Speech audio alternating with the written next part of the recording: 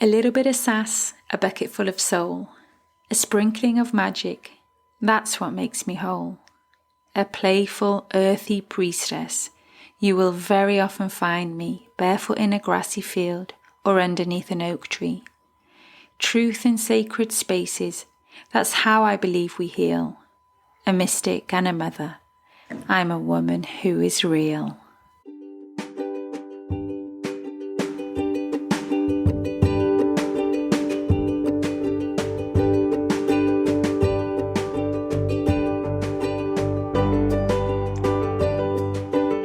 Welcome to Mindfully Thrive with me, your host, Ella Humphreys. This is the podcast that celebrates the present, the joys where we are, the journey it's taken to get here, and the ability to see our greatness for the future. We celebrate female founders, adventure seekers, and creative entrepreneurs who are building their dreams alongside raising babies and any other life commitments that can so easily distract us from the path we truly desire. This is the podcast about coming back to who we are in this life and that our dreams, goals and ambitions are valid and possible while also being a loving and present parent.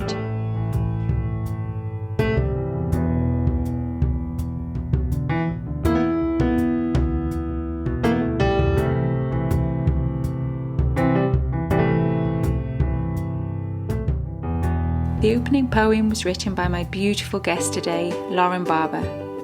Lauren is a unique soul, a multifaceted deep seeker, an ever-evolving being. Her work, however it may look at any moment in time, is always about the journey home, becoming who she truly is, and helping others to take their own journey. Her current gifts she is giving to the world combine her experience in PR and marketing with the sacred and magical of her soul's work. This combination intertwines business and purpose with a sacred space for each client's personal journey. Through her workshops and online presence, she's building a beautiful virtual space full of pure energy and light, always with the sacred at the very heart of the work. Lauren's energy filters out through her online presence and fills your space with good vibes and gentle comfort. It gives me great pleasure to welcome Lauren to Mindfully Thrive.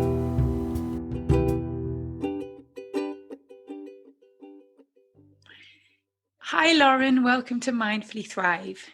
Hello, so lovely to be here. I always start with 3 questions for my guests. So what are you grateful for today? Oh, I love this. Today I am grateful that my husband took my 18-month-old daughter out of the house to do the food shopping, and I got to spend time tinkering on my website and creating a meditation for a workshop I'm doing later, and just lighting a candle and taking some sacred space for my creations. Yeah, that sounds perfect. And what does thrive mean for you? Thrive. Oh, there's so many things. I think at a very simplistic level, it means to feel alive and excited and have that kind of buzz of energy, and to feel like there is enough energy to do all the things that make me feel alive. So yeah, I think aliveness and thrive comes together. Definitely. And what does an ideal morning look like in your world? Oh, now you're teasing me.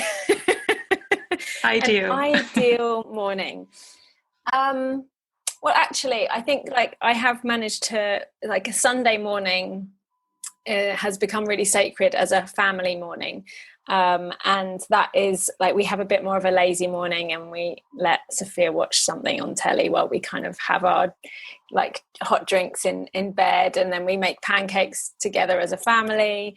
I mean, it sounds really lovely, but there's always a tantrum or something. There's something that's we're on a bit of a deadline, because if she gets hungry, then all hell breaks loose. But actually I really love that. But I guess if I was on my own, it would be probably getting straight out at sunrise, going for a walk, maybe taking my camera, coming home, drinking some sacred cacao, pulling some cards, journaling, maybe doing some movement, And then probably actually doing some work, like actually some of the work that lights me up. That'd probably be my ideal morning from a non-mum perspective. So weekdays quite different to the weekend. Yes, yeah. Weekdays definitely are. And you've sort of touched on some of the things. I have given a brief introduction to you. And could you sort of share what it is you're doing at the moment and what brings your soul joy and what that looks like for you currently? Currently, yes, because it is an ever-evolving process. Right now, I am creating like many different things. Like I am a multi-passionate person, and I have become more accepting of that. Still work in progress, but I'm not one of these people that can just do one thing and stick to that. So things that are making my soul feel joyful at the moment are running a couple of my online spaces with people, creating, meditating, like guiding them into practices. I love creating content. I love writing. I'm training to do my cacao facilitation at the moment. I'm also going like headfirst into human design learning. So I'm just exploring so many things, and I'm giving myself permission to do that. I'm also working with an amazing woman to deepen my womb mentoring side of things as well. So there are many things that light my soul up, but actually what I've learned is the most important thing for me is to let myself follow those things that light me up, rather than try and stay on a path that I've started to feel a bit heavy around. I love hearing this because it's one of my internal dialogues, struggles, this idea that I've created sort of not a niche, but an area of myself and my sort of flow where I want to go partly. It's not everything. And then when I investigate like how to build a business, what you should be doing on social media, and it's always within a very small framework that just doesn't feel right for me. So I keep sort of pulling back and feeling a little bit stuck, because part of me wants to be expansive and try different areas. And then there's the other part of me that thinks that that's not professional, or that's not how you build a community. So I'm so grateful to hear that it's okay. It's okay to keep exploring. We shouldn't have to give ourselves permission to do that. But in kind of the way the world works is very linear, and people like to know, if people ask you what you do, for example, it literally makes my skin crawl when people ask me that question, because I can't succinctly express, because I change every day and I don't have like one label that I fit into. And I tried for so long to fit into the title of coach, yoga teacher, meditation teacher. You try and write your Instagram bio to explain what you're, change it every week. And constantly changing it, and then feel this almost like level of shame that what are people going to think if I change my mind again? I feel like I'm constantly every at least 6 months writing to my newsletter list and saying, oh, things are pivoting around here. And I'm like, God, they're going to be so like, what is she doing now? I hear this so deeply. It's wonderful. And during my research, you said that at the age of 32, you began this sort of the biggest pivotal moment, let's say, in your growth, I suppose, your personal growth, and into the world of mysticism. And so what was life a little bit like before that? Would you share how that sort of came into play? Yeah, absolutely. So really, I guess I started feeling very much out of alignment in my late 20s, probably around like 27, Saturn return kind of age. And like it took me quite a long time to figure it out, because I'd had a very clear path up until then. I had a business, I was in a certain industry, and I made stuff happen, and it was really organic and easy, but I just felt like stuff wasn't right. So I'd had some health issues, not major, but just, I was suffering from anxiety. Just everything felt quite numb and quite lost, and I wasn't sure what I was doing. And I just had to let myself explore some different things. So around kind of end of my 20s, I started to dive more into nutrition and exercise, and shedding certain things in my life that were not feeling good anymore, and just exploring. And it was quite it was a tricky time. It was very challenging to be in that space, because I'd always had this very clear idea of where I was going, and I suddenly had no idea. I just knew that what I was doing wasn't right. So I really have just been on this like real exploration. And to be perfectly honest, 32 was when I shifted my old business, and I sold my marketing and PR agency and moved into diving straight into what I thought I was going into, being a health coach. Simple. I was like, this is my path, I know what to do. And then I did made that leap, and suddenly it wasn't as straightforward as, oh, this is my next career, because I was like, something doesn't feel quite right still. I need to go down all these other rabbit holes.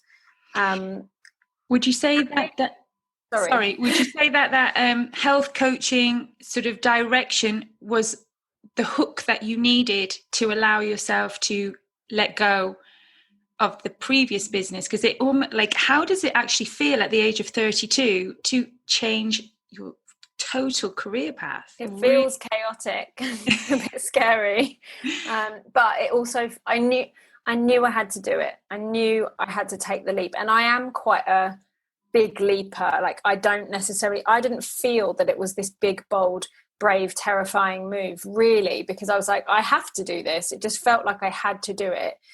However, on reflection, what it did do, it had quite an impact on my family, particularly on my relationship. It put quite a lot of strain on that, because I was suddenly going back to, like I didn't plan it to the T in terms of finances, and there was a lot of uncertainty around it. And then I went into this space of feeling really lost. I felt like, oh, maybe I've made a mistake, or what am I supposed to be doing? This constant question, like, what am I supposed to be doing? And investing in different things, and then that not kind of being quite right, and just feeling, it felt very chaotic, to be perfectly honest. Still does. How long I was about to ask, how long do you think that process has taken for you to feel really the Lauren that you are today, even though you've just sort of said, but you have accepted that is part of the course in a way? Chaos is, I think I am accepting. I wouldn't say I've fully accepted, but I am in the process of accepting that I'm always going to be evolving. I'm never going to be one of these people that just does one thing and sticks to it. There is always a theme. Like, everything I've done has always been about journeying home and like becoming who you are, not becoming someone else, becoming who you really truly are. So everything has got that anchor to it, and I guess that's my North Star. But the practices and the tools and the techniques and the ways to do that have shifted and evolved. I still go back to some of the health coaching things I've learned, if it's the right thing for someone. So everything has been for a reason, but in the process, it's felt very messy and very uncertain at times. And even now,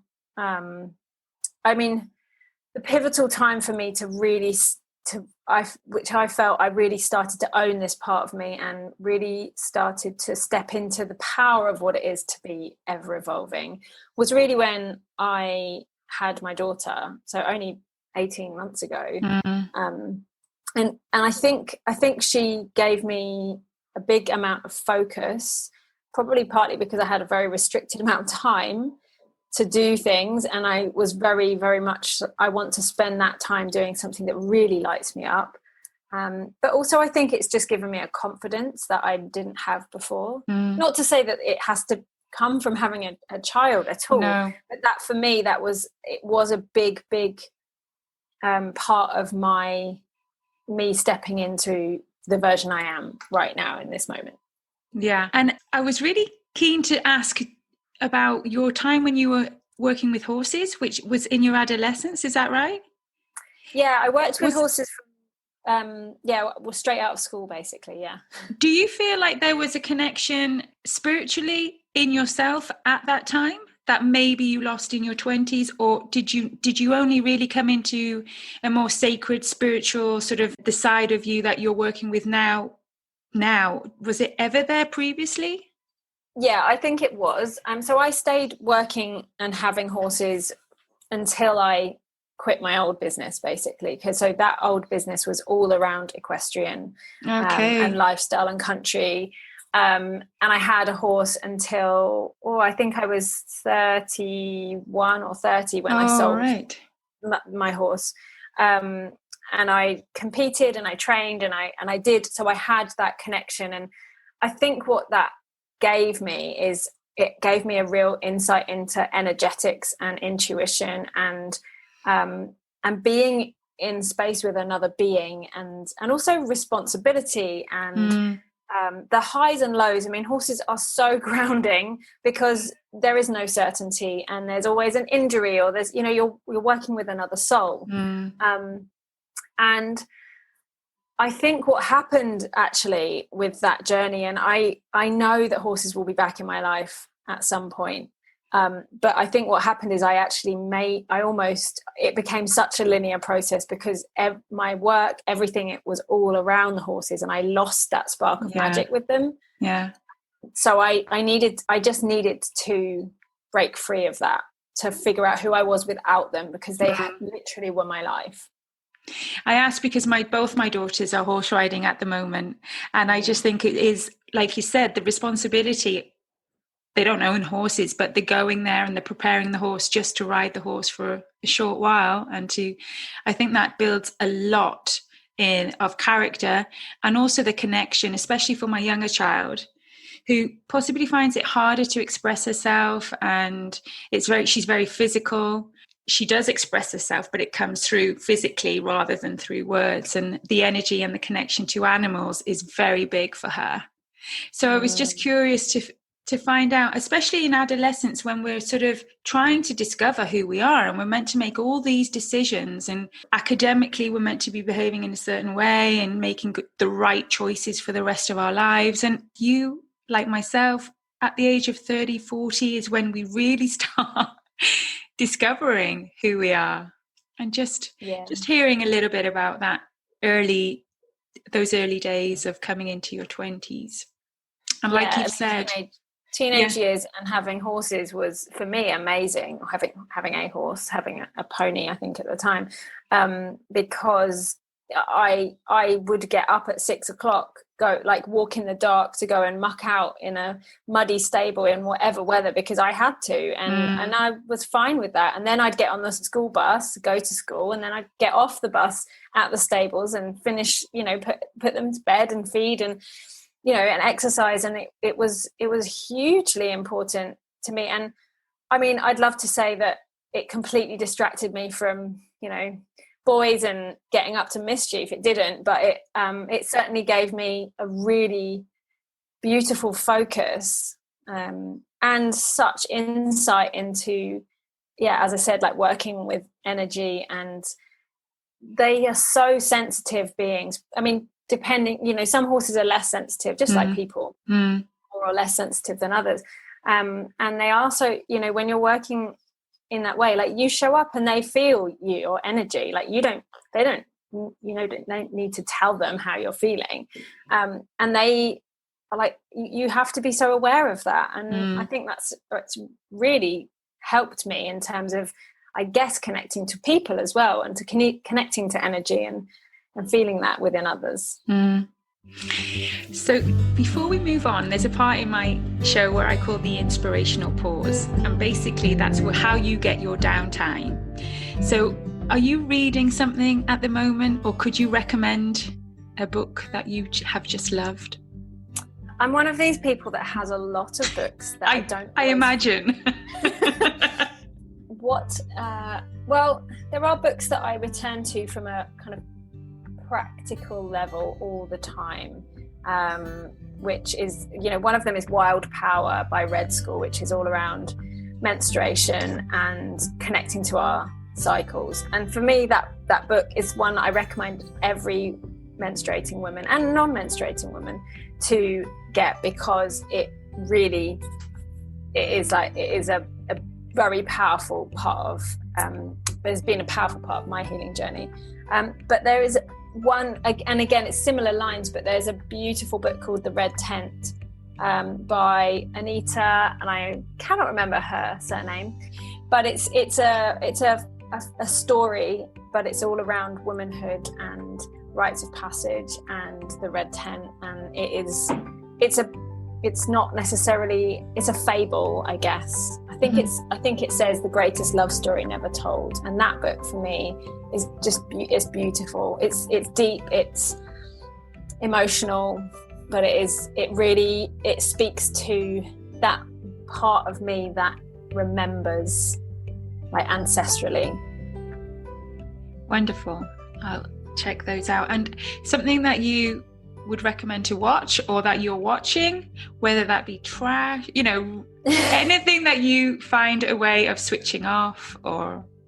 Okay, so my I don't know if you'd call it a guilty pleasure or not, but Heartland on Netflix is based in Canada, and it's basically a cowgirl, like, ranch story, and it's probably speaks to that little girl inside me who would just so love to live on a ranch and gallop across the plains. And there's, it's quite cheesy, there's always like a drama, but it's always fine at the end, and there's like love stories in it, and it's just perfect. There's about 8 or 9 seasons, and they're still making. Oh wow! And I haven't started. Yeah, and I binged it a lot, and it's what I come to when I feel like I need to be filled back up, and I can't really deal with the rest of the world. Excellent. And what do you listen to? What kind of things do you have going on in your ears? Do you have podcasts or music? Oh, it so depends on where I'm at and what I'm kind of craving at the time. I do listen to a lot of music, so I love making playlists on Spotify, so that's really important to me. But depending on where I'm at and whether I'm in I guess what I'd almost call like a learning phase or a different phase. At the moment I'm in I feel like I'm in a bit of a learning phase, a learning cycle, and so I'm binging on, well, as I said earlier, human design podcasts. And could you recommend one? Trying to think what it's called. There's one, and I literally have only just started to listen to it, but it is called, tell you what it's called, the Day Luna Human Design Podcast. And that's literally just where I've started. Okay, great. But it's all like soul work, and weaves in the magic and the mystery, but also with the sciencey side, which I love. But there's also one of my favorite playlists on Spotify is the Darling Radio. I try to find that because you were playing that in the workshop that I've just done that we'll come on to later, and I couldn't find it. If I look under your name, will I find it? I don't know. I think maybe it's not Darling, and maybe that's just one of the songs that I'm making. If you could share it with me, and I'll put it in the show notes, that'd be fantastic. It could be the Beautiful Chorus. Oh, radio. I listen to them also. Oh, and they have different things, do they, on the... Yeah, because I love Beautiful Chorus. Yeah, me too. That music speaks to me so deeply. But they maybe I've actually made up this Darling Radio, and it's just because one of their songs is called Darling. Yeah, I play that to my daughter. The first one on the playlist. So it could be that. Okay, that's all right. We'll figure it out, and they'll be in the show notes. Could you give us a follow? Who do you look forward to finding posts? Anyone that stands out for you? Oh, I can't think. I've got so many inspiring women around me. There's so many. I don't think I could name just one. Okay. I do love Charles Mackelsey, the artist.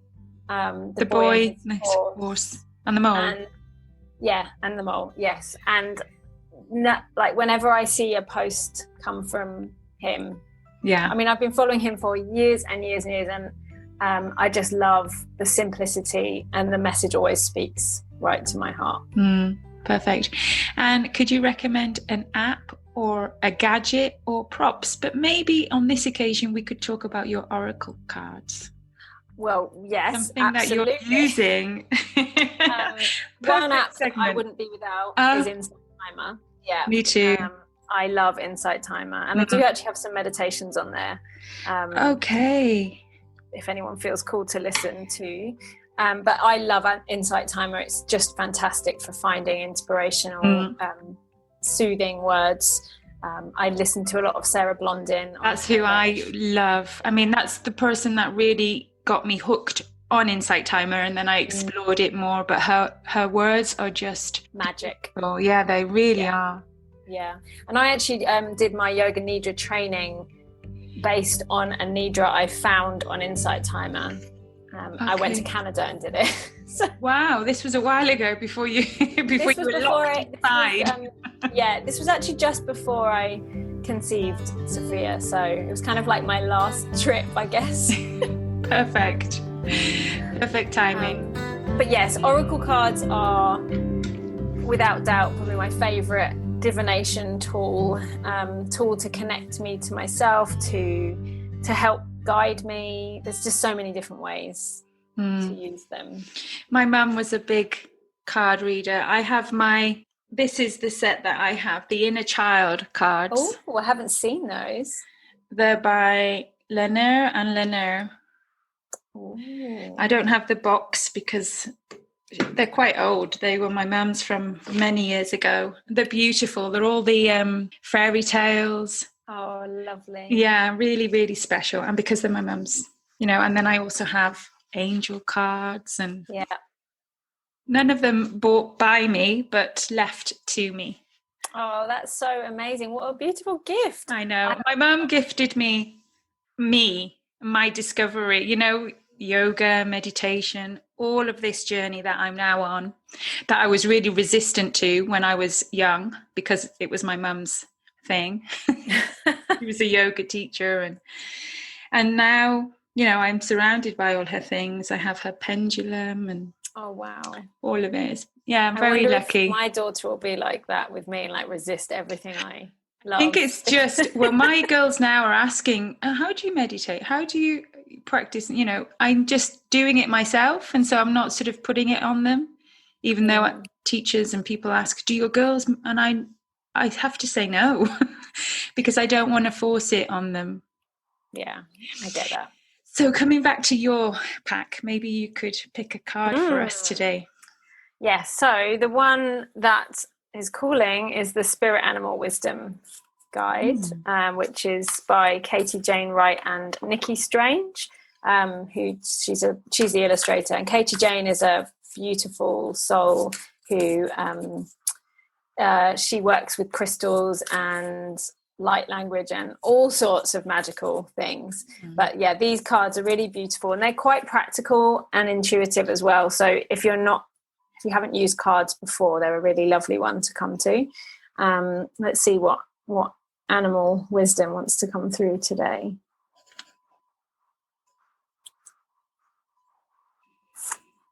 I love it when this card arrives. It's the honeybee card. Oh, pretty. What a beautiful painting. It's so beautiful, and it's divine feminine, and the message on it is you are being called on to rise. Yes. Perfect. So anyone that needs to hear that, that's for you. There you go. So as we're kind of discussing on and on, is that this path of learning and seeking never really ends. Do you think that it's inevitable that if you're a seeker, you eventually become like a teacher or a coach? Like the desire to share what you learn? I think it really depends on you as a person. I find actually the most powerful way for me to integrate what I'm learning is to teach it, to actually embody it and share it with others. Like that seems to be my learning style, which makes sense now that I didn't really connect with conventional school learnings. I just find it so hard to just like be talked at. So for me, I think it's always inevitable that anything that sparks my interest, I'll probably want to integrate into what I share with others. But I'm not sure if that's everyone's path. I think it very much depends on you as a person. Some people, I love work. Like, I am definitely, like, my work is really important to me, and I am not whole if I'm not sharing and connecting and making and creating. But not everyone is like that. So for some people, they can just have hobbies and interests, and they're just hobbies and interests. Really? And yeah, I know. And sometimes I'm like, I wish I could have that. Yeah, I get that. But it just doesn't, I think because I just feel like I'm here to do this work, whatever this work is. And so that's what makes me feel alive. I mean, I do like, there are things that I like doing just for fun, but there's always an edge of like, oh, this would be amazing to share, or this would be wonderful to connect with others over. I feel that. That's why I ask, because I do kind of not flitter from one thing to the next. There is kind of a definite clear path that I'm following. But as soon as I've learned something new, or I've discovered something, it's like, now I need to share it. And it's like, step back. You don't always have to share what it is. But there is something inside of me that keeps pulling me into that sort of teacher. Well, I am a teacher, but if you're called to it, then there's a reason it's probably come onto your radar, because maybe there is a part of it that you are meant to share and to spark something in others. And I think that's okay. I think, again, it's making peace with our natural, like who we are naturally. And I guess there's always an element of like, am I doing this because I feel like I should, or am I doing this because I'm really called to it? But for me, I'm learning to know when it's a should or when it's like a real true soul calling. And most of the time my soul's like, yep, you need to share this. Others need to know this.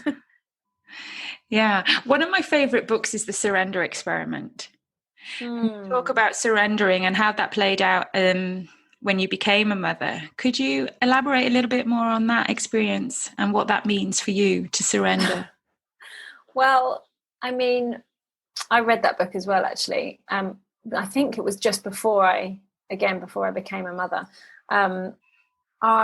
Surrender, it's one of those words, isn't it, that some people find really activating in that, like, it can feel like you're giving up, but I don't see it in that way. And I think for me, it's been around, like, it's my ultimate lesson to surrender and to not try and control outcomes too much, and to let things unfold as they're meant to do. And I guess having Sophia, I mean, the way that she decided to join us Earthside was in itself was like felt like it was almost out of my, like, it was totally out of my hands almost. It was like I had to just surrender to the universe's plan. And it was incredible. But I think the whole act of being pregnant and letting this process happen and really not being in control, and the same with birth and everything. I think just that whole process of bringing her to life and then becoming a mother and having to, I guess, surrender some of the expectations I had around what I was supposed to do, or my productivity, or how I was valued in society based on how much I could do in my work, versus actually just being with her. And it wasn't easy. I felt like I was being torn in two a lot of the time, to be honest. So, I mean, I don't know if I can really share that much wisdom on surrender. No, it's basically it's that. It's being, giving it a little bit more backbone to what that word means for you. Yeah. So I always ask my guests, how do they practice self-care? But I would love to hear a little bit more about the idea of sacred self-care that you teach and share with your clients. I guess for me, the word itself, sacred, just sparks something in me, because it feels magical, it feels special, it feels like another layer to self-care, I guess. So maybe it's just a language thing in some respects, but to me, sacred self-care is beyond the practical things, the bubble baths and stuff, which is nice. It's weaving intention, like a sacred, magical, I guess almost like a divine intention into the act of self-care. And I think when I did become a mother, I realized I didn't have the time necessarily to do all of the practices I might have done before. And it made me really focus on how can I make every little tiny thing ritual and sacred, and use it as even if I don't have, even if I just have 1 minute to do something, like how can I make it special and sacred? How can I make it an honoring process? So like, drinking my hot water and lemon in the morning, like do I just quickly like chuck it down or can I just spend a moment just weaving that like magical essence into it and using it as an opportunity to pause and listen.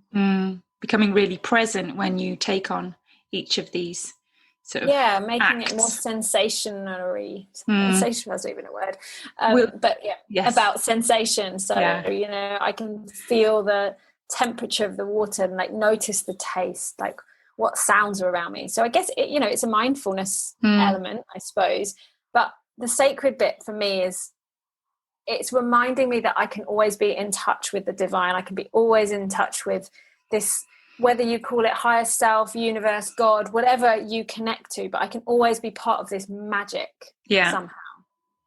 And it doesn't require that you step out of your day-to-day to get there. No. You don't need to go into a deep meditation for 40 minutes to discover it. It's just part of your small acts. Every moment is sacred. Yeah. Everything we see is sacred. And when we start to see it in that way, and I'm not saying I do all the time. There are times where I'm like, oh this does not feel particularly special or pleasant right now. But I think when we just weave that, I think it's just around intention, to be honest, just weaving that in to as much as we can. It does make a difference. It certainly has made a difference to me. When you're working or throughout the week, do you set a daily intention? Is that part of a morning ritual that you would look to do, or is it? Sometimes. Sometimes I'll just connect with a word. So it's not really like a full-on intention, but I'll just tune in with how I'm feeling. And more often than not, the word is gentle that I need to embody. But sometimes, more powerful insights do come up. One of my non-negotiables is to do morning pages. And I do this before my daughter gets up, before I get up, actually. It's the first thing I do before I switch on any devices, anything. I will write 3 pages in my journal. And often like an intention comes up from that. Is that from The Artist's Way, Julia Cameron? Yes. I've worked through that book a while ago now. Another gift left to me by my mother. Beautiful. Wow, we'll add that to. Amazing. She really was.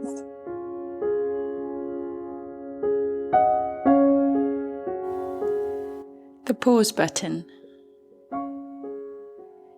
An hour walk is a stroll in which you intentionally shift your attention outward instead of inward.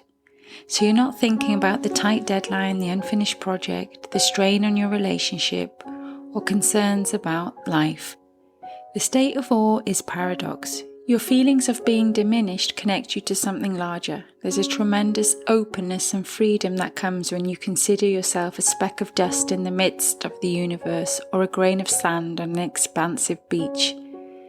You don't stand in the way of anything, and you don't overcrowd or obstruct anything. Instead of trying to be all that, you're humbled by the spaciousness and your smallness, yet at the same time you feel bigger than life.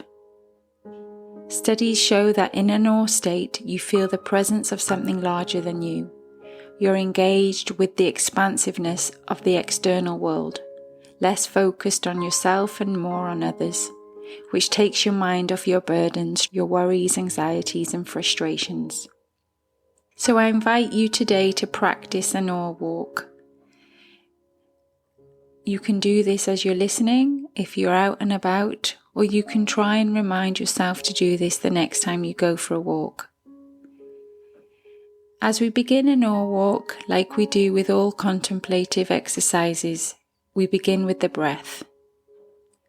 Taking a deep breath in, count to 6 as you inhale and 6 as you exhale.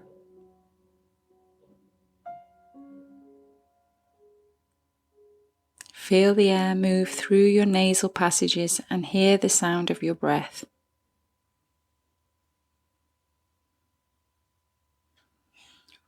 We'll come back to this breath throughout the walk.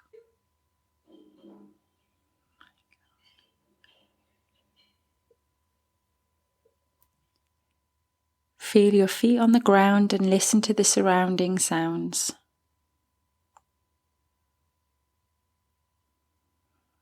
Returning to your breath, count to 6 while you inhale and 6 as you exhale.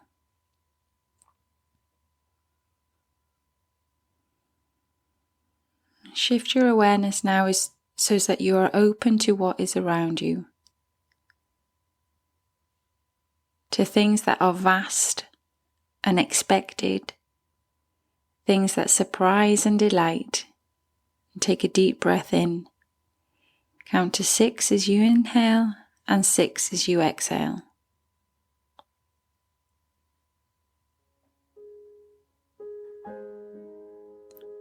Let your attention be open in exploration for what inspires awe.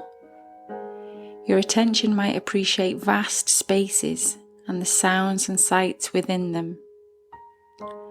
You might shift to smaller patterns, for example, of the sorrel of the ground or the veins on leaves, or a cluster of tiny mushrooms. Bringing your attention back to the breath, count 6 as you inhale and 6 as you exhale.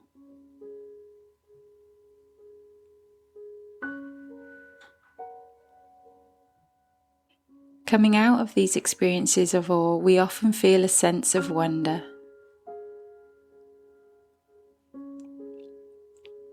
And once you really start to think about awe and try to practice it in your life, you notice how omnipresent it is. As you move through your day, take note of the moments that bring you wonder, that give you goosebumps. These are your opportunities for awe. Go out and find your awe moments and listen to them carefully.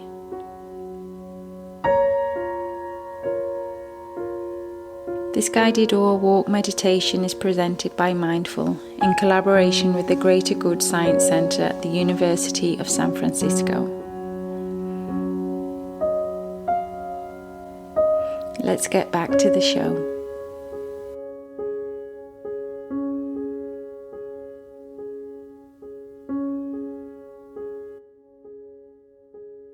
This week I signed up to your workshop, the Sacred Business Seasonal Planning Workshop, which was absolutely beautiful because it really felt for the first time, because I've been trying to listen to some Instagram, build your business, and I don't know, the general things that we should be doing out there that I just feel disconnected to. I'm not interested in. I know it's part, like it feels I should be doing. And your approach, this heart work that you're creating at the moment, felt so like it just resonated with me. And it made sense to me that you can be spiritually aligned to building a business. Well, really, you should be. It is the way forward. If you are focused on your heart and your feelings within your business, then hopefully your business will grow aligned with who you are. Could you share a bit more about that?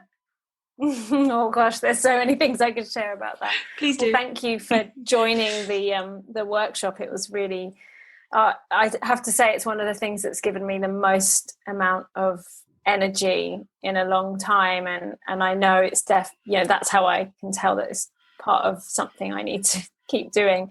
But I guess I've had to unpick so many conditions around business, and we are inundated with rules and like tips and advice and processes that we're supposed to follow. And I've just got to the point where I'm just things, they don't necessarily work. They don't work if they're not aligned with who you are and the way you work. And we all have our own like unique way of bringing our work to life. And for some people, those processes will work. But for the majority of people, they don't work, or they don't feel good. So you can force yourself into doing something. But most of the time, you'll either end up burnt out and exhausted because there's a lot of work that you kind of need to do at a foundational level before you put out big offers or put your heart's work into the world. Like business is the ultimate mirror for your own healing journey.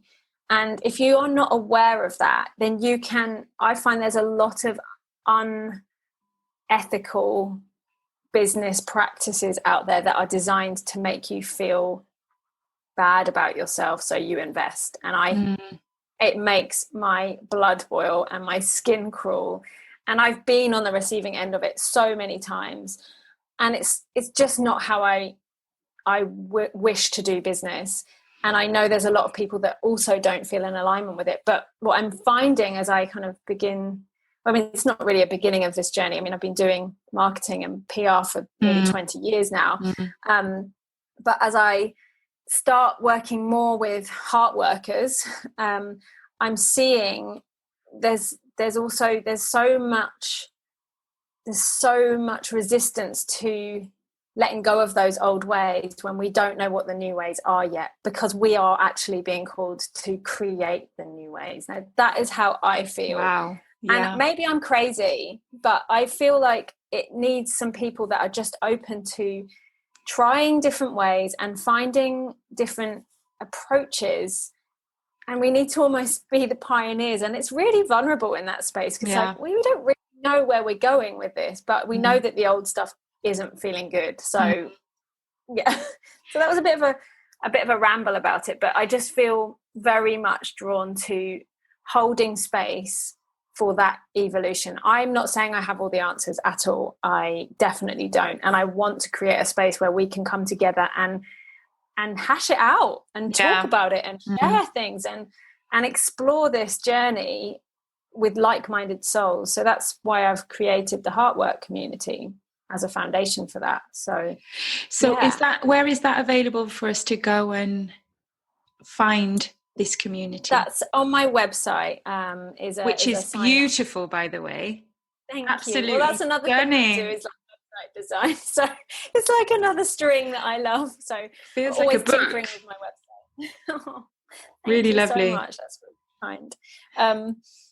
So it's on there, and it's I've kept it at an affordable price. Well, I feel it's affordable because I want to make sure that we, it's a space where young businesses as well as existing businesses can come and feel seen and heard and not feel intimidated. So it's things like co-working sessions, masterminding sessions, and just space to like a community where you can show up and collaborate with someone and open up this potential for working as a co-creative experience in business rather than fearing someone else is going to take your clients, for example. I mean, that's just what I feel like we're being called to unpick at the moment.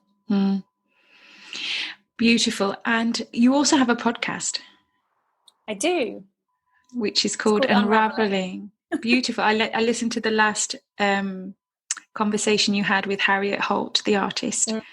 Really stunning work as well. I went on to look and discover a bit more about her. Where else can people find you? What else do you offer? Yeah, there's quite a few things. I do oracle reading. So I have that's one of my favorite things to do is to share space on. That's really the only way to work one-to-one with me now is through oracle readings. So I do like a more personal one or a business exploration one. So we get the cards out and we go through what's coming up, and it really helps to bring what wisdom and focus, but also to activate that part of you that like knows all the answers already. So I have that, and then I've got 2 membership platforms. One is a sacred self-care membership, which is all around nourishing yourself, And the other is this new Heartwork community, which is for sacred business creators. And I have, meditations on Insight Timer. My podcast is really like a place where I just get to talk about anything that's coming up. It's almost like my space where I can be multi-passionate and I can talk to whoever I fancy about whatever we want. Love that. And then I have a blog as well, but from a day-to-day basis, either through connecting through my newsletter or Instagram is my platform of choice. And just before we close, what would be the one piece of advice that you hope that Sophia carries in her heart forever? Oh my God, that makes me a bit emotional. Oh, one piece of advice. What comes up for me is a question that I come back to when I am perhaps out of alignment with myself, or maybe being a bit reactive, or perhaps not being as kind as I would like to, particularly if I'm finding things frustrating in any way. And that question is, what would love do? So asking that question in pretty much any situation always brings me back to like coming back to the heart. And I hope that she will be able to use that, I guess. There's so many things I really hope that she will hold.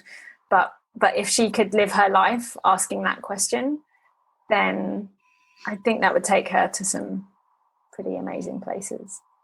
Beautiful. Thank you so, so much. It's been an absolute pleasure having you chatting with me today. Thank you so much for inviting you into your space. It's been, I've loved this conversation. Me too.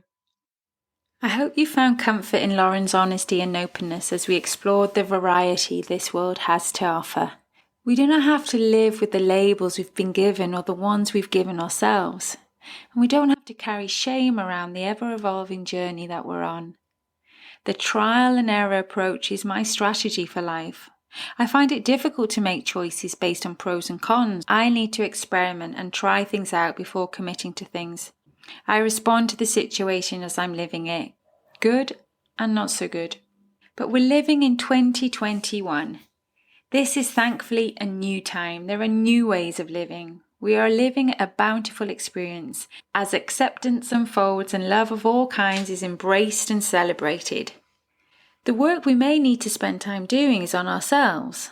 Self-acceptance, embracing our strengths and accepting our weaknesses. Embracing the truth of who we are in all its colours. This will bring us closer to the harmony and peace we so often crave. My view is if it means something to you, then it's worth doing. If people don't get you, then that's okay.